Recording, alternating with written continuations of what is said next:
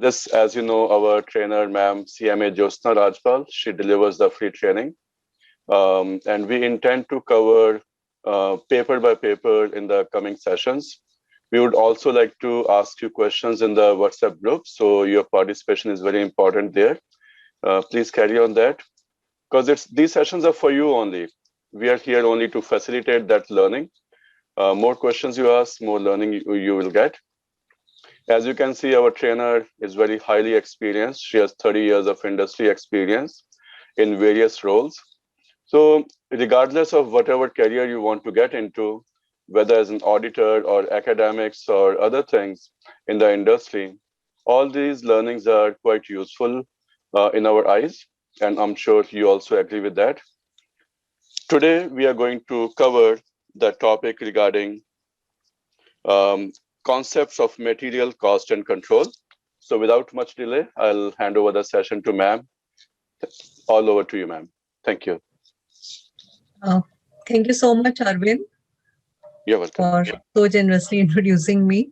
And friends, I am here to share some of my experiences, some of my learnings with you. And I hope you will get good benefit out of it. And soon you will be able to pass in your exams and join me in the profession.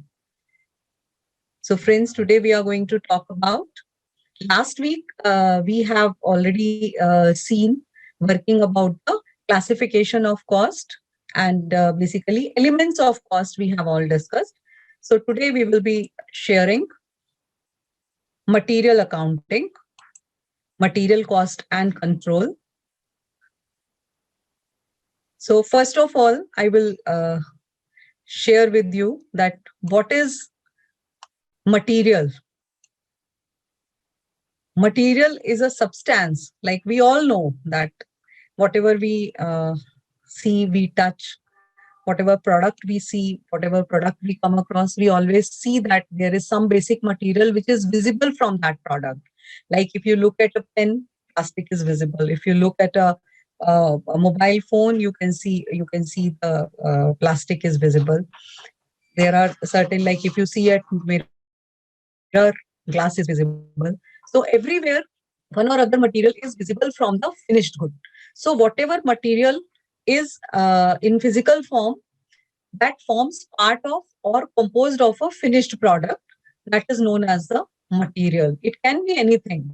It can be anything like liquid, it can be gaseous, it can be metallic, it can be like solid, it can be anything. Like that is not a restriction. So even LPG, that is also a material. That is, though it is in gaseous form, it is a material. So there is no form, no like no state of material is important. The main thing is it should form the part of finished product. That we will call here material. Then material is a significant constituent of the total cost of any product. Materials is one of the biggest cost in case of any product. It usually constitutes 40 to 80% of the total cost. In some industries, it may be 40%. In some industries, it may be 80%, or there's no hard and fast that it cannot go below 40 or it cannot go beyond 80. But the normative range is 40 to 80% of the total cost. Because it's a very high value thing, and this is one factor of production which guides my production scheduling, which helps me to produce my finished goods. So that's why this plays a very crucial role in whole of my production cycle. So what are the basic objectives of a material control system? That is, first of all, supply should be such that material is continuously available for the uninterrupted production. Like my production should not stop because of want of material, or some particular material is missing and my production is stopped. That should not happen, because if that happens, that is a bad sign on the part of materials department. Then what if I stock too much of material? You will say, if you require say 10,000 tons of a material, you stock 20,000 tons of material, so it will never be short of material. No, but in that case, my cost of inventory, my cost of taking that stock in the books will be too high. It will be too much. And moreover, there will be a chance of depleting that material. If I store petrol, if I store diesel, if I store coal, so all these are, or if I store some fresh vegetables, so that are all subject to the very fast depletion or very fast decay. So that should not happen. So because if I am stocking too much of the material, it should lock my working capital. It will lock my funds. So we should not go for too much of inventory piling up. Then there should be a minimized risk of surplus and obsolete materials. Like I said, that if you stock some material which is subject to the decay, that that thing we have to consider, that what's the shelf life of a particular material. If I'm stocking fabric for say 1 year, it will not deplete. But if I'm stocking some food grain, some edible material for 1 year, it will definitely deplete. It will become, and some if some product which I am storing, which is a matter of a fashion accessory, then it will become obsolete. So after 1 year, it will be out of the fashion, so nobody is going to buy that stuff. So we should always look at the risk of surplus and obsolete materials. Then purchase at most economical price. So what should we do? We should not buy more material. Should we buy it hand to mouth? Like my daily consumption of a particular thing is say 100 tons. Should we buy 100 tons daily? No. We should have economical batch. We should have an economical batch to buy every time, because it's not practically possible to buy every day 100 tons. So it's better to store at least for 1 week or 10 days or 15 days or 2 days or 1 month, whatever is the convenient cycle. For that also, we have certain basic principles based on which we can decide. In cost accounting, I would like to share one very important thing, that unlike financial accounting, in case of financial accounting, everything is fixed. Like this will be debited, this will be credited, this will be reduced from this point, this will be added to this point. But in case of cost accounting, most of the things you can do as per your discretion, but it should not be beyond the conceptual framework of cost accounting. So you should always like maintain the conceptual clarity about something, so that your every decision should be supported by a logical reasoning. So in the whole subject of cost accounting, even in this first paper, or if you even if you go and study paper 15, etc., and even if you will go in your practical life, your logical reasoning will be ultimately prevailing. You should be able to convince the other person that this is the right decision. But for that, you should have a ground conceptual clarity. Then, in case of purchase, proper quality to have minimum possible wastage. Sorry, proper quality to have minimum possible wastage. So, if you have material control system in place, it will definitely buy the standard quality materials, so that we do not have enough more of wastages. Like even in your house also, if you look at your fruits and vegetable purchases, if you have purchased a very like poor quality vegetables, it will decay in 1 day or 2 days. But if you have purchased good quality vegetables, good quality fruits, they may last for say 3-4 days or 5 days. So similarly, you should consider that factor while procuring materials for your factory. So now we will come to the material flow. What is the material flow? This is the normal standard flow, you can say. It may vary from industry to industry, and it may vary from company to company. Even there are two companies dealing in the same product, they may not follow the identical material flow. Depends on the size of the organization and depend on their classifications, etc. So first of all, but in any case, material indent is the origin point for material flow. Material indent, what is material indent? It is basically a requirement from the department, from the production department, which requires that material. Suppose I am an office person, I require pencils in my stock, so I will raise an indent to the stores, or I will raise my indent to the purchase department. Suppose I know that pencils are not in the stock, so I will raise my indent to the purchase department. Or if I know that these are usually available with the stores, I will raise my indent to the stores. And if it is not available with the stores, stores will ask the purchase department to purchase that particular material. So it can go either way. It can, in some organizations, it go directly to purchase or store, or somewhere it will go to stores and store will in turn send it to the purchases.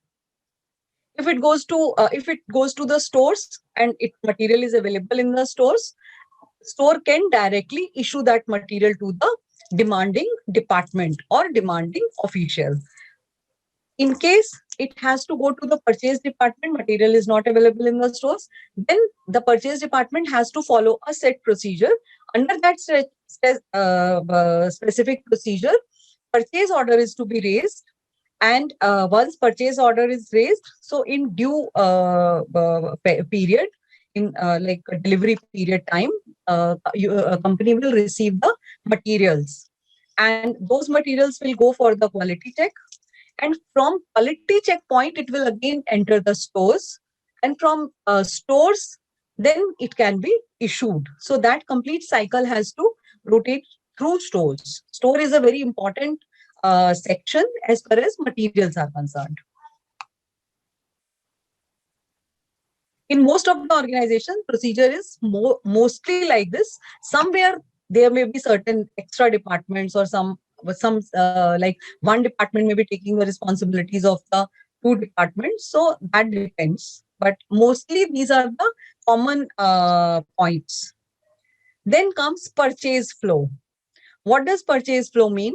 It simply means that what to purchase, when to purchase, where from to purchase, how much to purchase, and at what rate we have to purchase. So what to purchase? Answer is the material which is not available in the stores and which is required by the production department needs to be procured. Not only production department, any of the departments of the company, it should be procured. It should be purchased. Now, question is when to purchase. That we will see in our next slides. From where to purchase? The answer is very simple. If it is a routine material, if it is a routine item, we can purchase from our registered vendors or elsewhere. Otherwise, suppose it's a non-routine item, so that non-routine item we can explore in the market and we can get it. Like if you take the example of your household grocery, so whatever you require in the normal course of your house working or your house requirements, you go to your particular kirana shop, pet kirana shop, and you get it. Or your favorite grocery store, you go and get it. But if there is something unique you require this month, suppose some party is there or some function is there, so you require that. So for that very purpose, you will visit some other store or some bigger store or some like a specific store you will visit. So similarly here also you have to do that. If it is a routine requirement, we can buy from the regular suppliers. Otherwise, we can search some new suppliers. Then question is what rate we have to buy. That rate is again subject matter of many things. It can be like prevailing market price, or it can be from our set standards that we cannot buy beyond this rate. Whatever our set criteria for that organization, it will be very specific. And above all, market rate has to prevail, because even if in-house my factory, I make a thing that X material I will not buy more than 10 rupees a kg. But if the market rate is 11 rupees a kg, I cannot buy it. I will not get the material at all. Either I shut down my production or I buy at 11 rupees. So that is, at that time, we have to decide accordingly. So then how much to procure? This is again like a bigger point to be worked out. So we have to look at this, that how much to procure. We will see in our next slides. Then our question was when to purchase. So when to place the order or when to purchase the material. So for this purpose, we have like devised certain levels. We have certain levels have been decided, or they are like prescribed. So we have to see these levels, and then accordingly we can take the buy decision. First of all is the maximum level. Whenever the material is whenever the material touches, any material touches the maximum level, these are all quantities. So whenever the material reaches the maximum level, we should stop buying that particular material. This is, our stock should never go beyond the maximum level. Now, what is the maximum level? First of all, I will tell you what all these levels are. Then we will come to the formula, because one or other place we have to use interchangeably these levels. Then is the minimum level. What is minimum level? Maximum level is as soon as we reach maximum level, we should stop the procurements. Whatever is the minimum level is level at which we should take immediate effective steps to procure the material. Because if my material has reached to the minimum level, if I don't buy the material now, my factory will stop. It may stop tomorrow. So I have to take immediate decision to buy the material. Then comes reorder level. Now, what is reorder level? Reorder level is the normal course, is the normal level of material stocks. Whenever my stock level reaches to reorder level, I should immediately procure material in the normal course of the business. Whenever it reaches at the minimum level, we should take immediate effective steps to buy the material. But in case of reorder level, we can follow the regular procedure and we have to buy it. Like, I will give you again this example of the kitchen, that if our flour, like wheat flour, it is, or rice or sugar, whatever is like our minimum consumption per day. Suppose we have 4 spoons, 5 spoons per day consumption. Then if today my consumption level, my minimum level is, say, it has touched 5 spoons. So I should take immediate purchases of the sugar. But if I am having 1 kg of sugar available with me, then it can normally wait for the normal period, delivery period to come. Like, I can call it even online to take it, say, 1 day or 2 day of delivery period. So I can wait for that time. But when it reaches to the minimum level, when I am having only 5 spoons of sugar, means I cannot survive beyond, more than 1 day. So at that time, I have to send someone immediately to the market and get the sugar. So similarly, here also we have to do, like, if my material reaches the minimum level because of any reason, because of any specific reason, usually we should not allow the material to go below reorder level. But in any circumstance, it has reached to minimum level, we should take immediate effective steps to replenish that material in our stocks. Reorder level is the normal course we can take. Then danger level. Danger level is, it's almost exhausted. That very next hour production will stop. So for that, we have to take very like emergency condition, like in case hospital or some say emergency condition occurs at the time of some immediate ailment or something. So that is the danger level. Like today, if like in 1 hour, if I don't get the material, my factory will stop or some particular work will stop. So these are the various levels and we should understand their significance. So now let's come to the formula related to these levels. ROL is reorder level. When we talk about the maximum level, we take the quantity of ROL, means reorder level, plus reorder quantity. Now, what is reorder quantity? That we will see in the next slides to come. Then we have to take reorder level plus reorder quantity minus minimum consumption into minimum reorder period. These are the, what is minimum consumption? Suppose my daily average consumption is 1000 units of a particular product. And my minimum consumption is that if my working is going on smoothly, I consume 1,000 units. But if my working is interrupted because of some reason, or in minimum plus minimum case, minimum come minimum case, I will consume minimum 800 units. So that 800 unit will be minimum consumption into minimum reorder period. What is the minimum reorder period? During which we have to that is the gestation time from placing the order to getting the material. So what is the minimum reorder period? That is again decided, usually pre-decided in every company.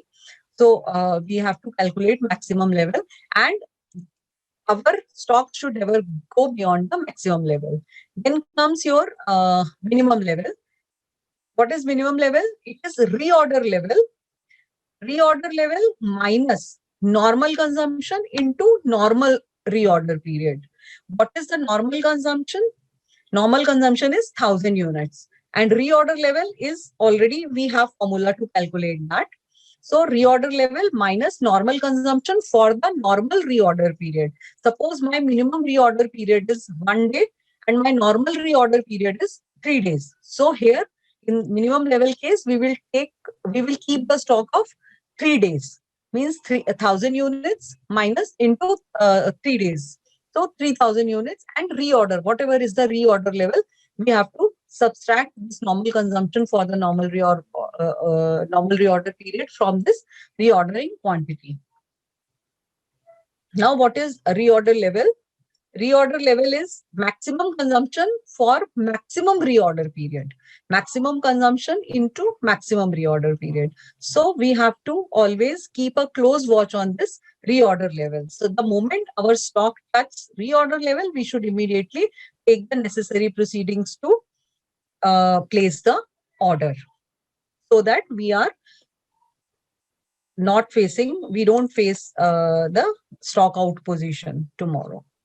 Then comes danger level. What is danger level? That is maximum consumption into maximum reorder period.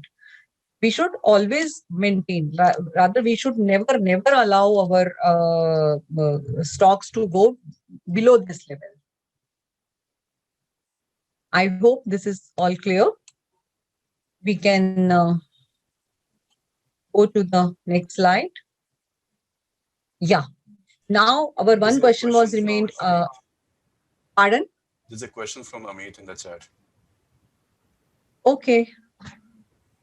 Yeah, what is it? So he's asking material flow is. Do you see the chat box or not? I am not able to see the chat box. Anyways, Amit, do you want to say that? What is the question? Material flow is based on institute or organization, or student can express as per their own understanding. Material flow. Yes. Material flow, it is the usual flow. If you are answering a question in the exam, I think that you should go by this material flow. And but if you are going in the practical thing, then you have to go by the organization, whatever practices they are following. Okay, thank you. Okay. I think it's clear. So now we come to the how much to buy, that is economic order quantity. So the quantity which is determined that we should place minimum order for this particular quantity, that is known as economic order quantity.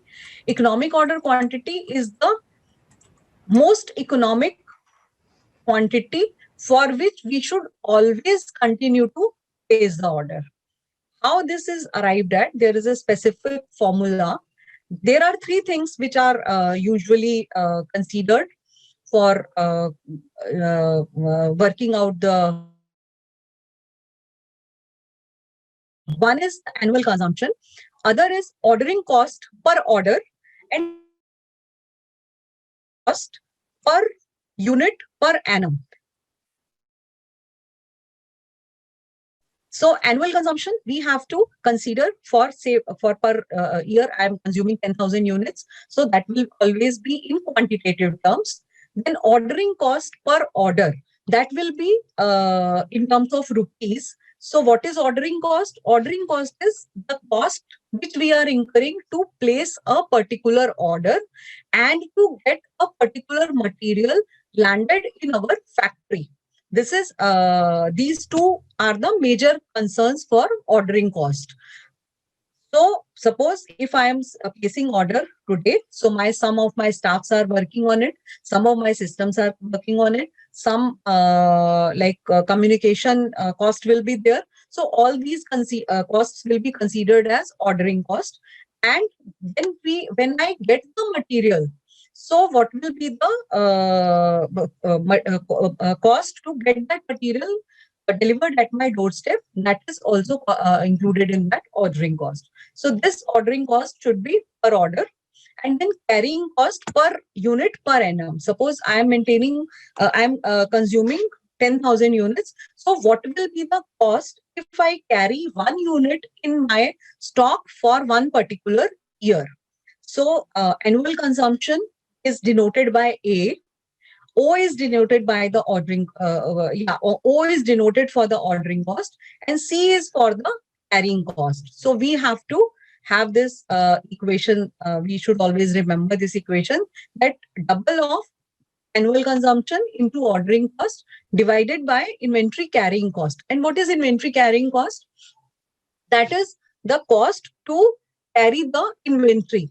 Means my storage cost will be there. My if I require some freezers or some regular temperature is to be maintained, that will be included in the carrying cost. If some wear tear is there in some material, suppose I know that if I am storing the vegetables in my cold storage, and those vegetables will be depleted by say 5%, so that will be added in my carrying cost. So these kind of whatever cost we are incurring to carry that material in our storage, that is carrying cost. So we have to always work out an economic order quantity. Economic order quantity is an equilibrium of ordering cost and carrying cost. This is the point where both these costs are minimum and my procurement cost is minimized at this level.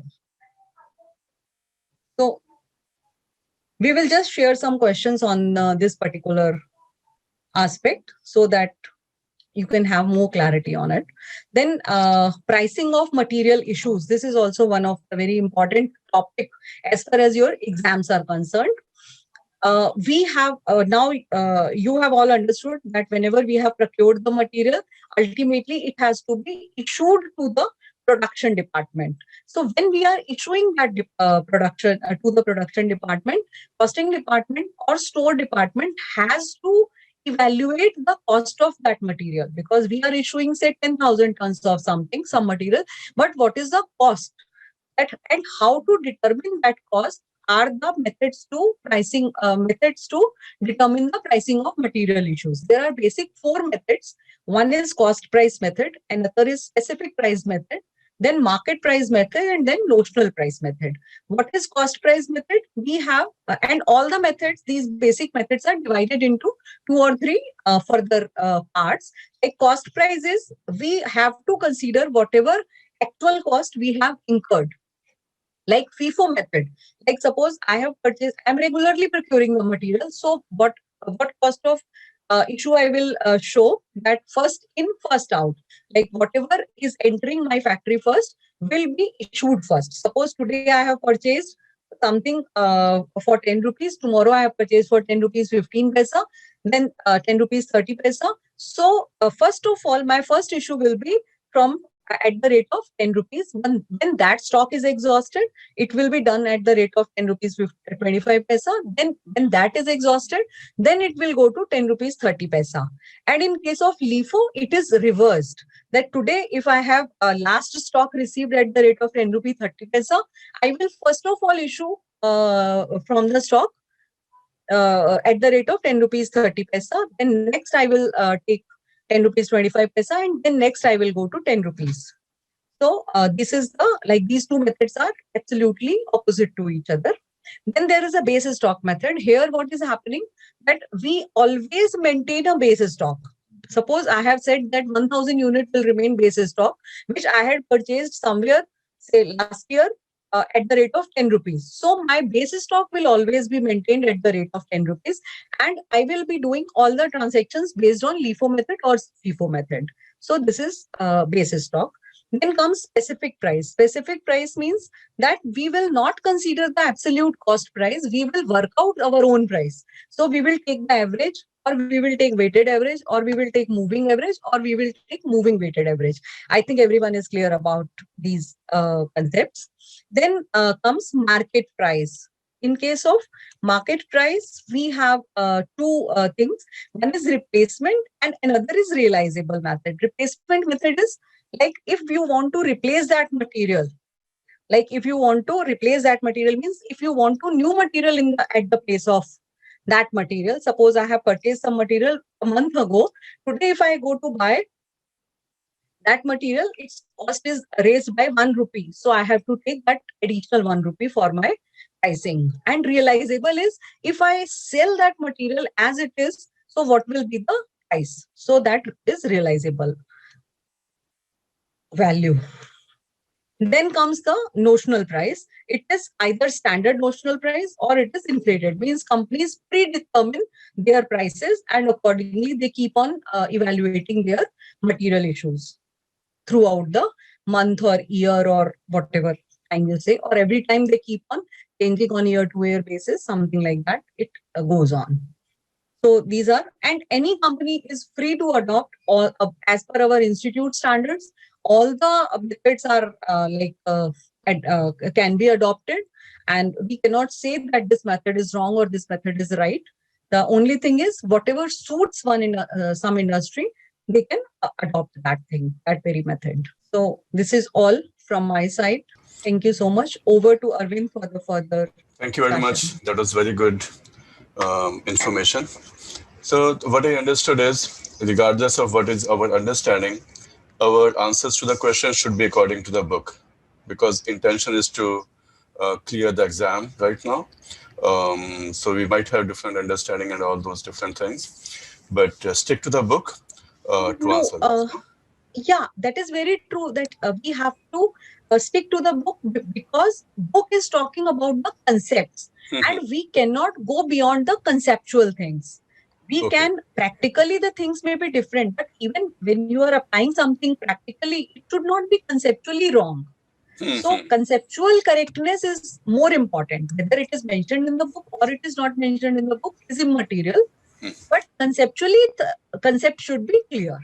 Conceptually, it should be correct. That is more important.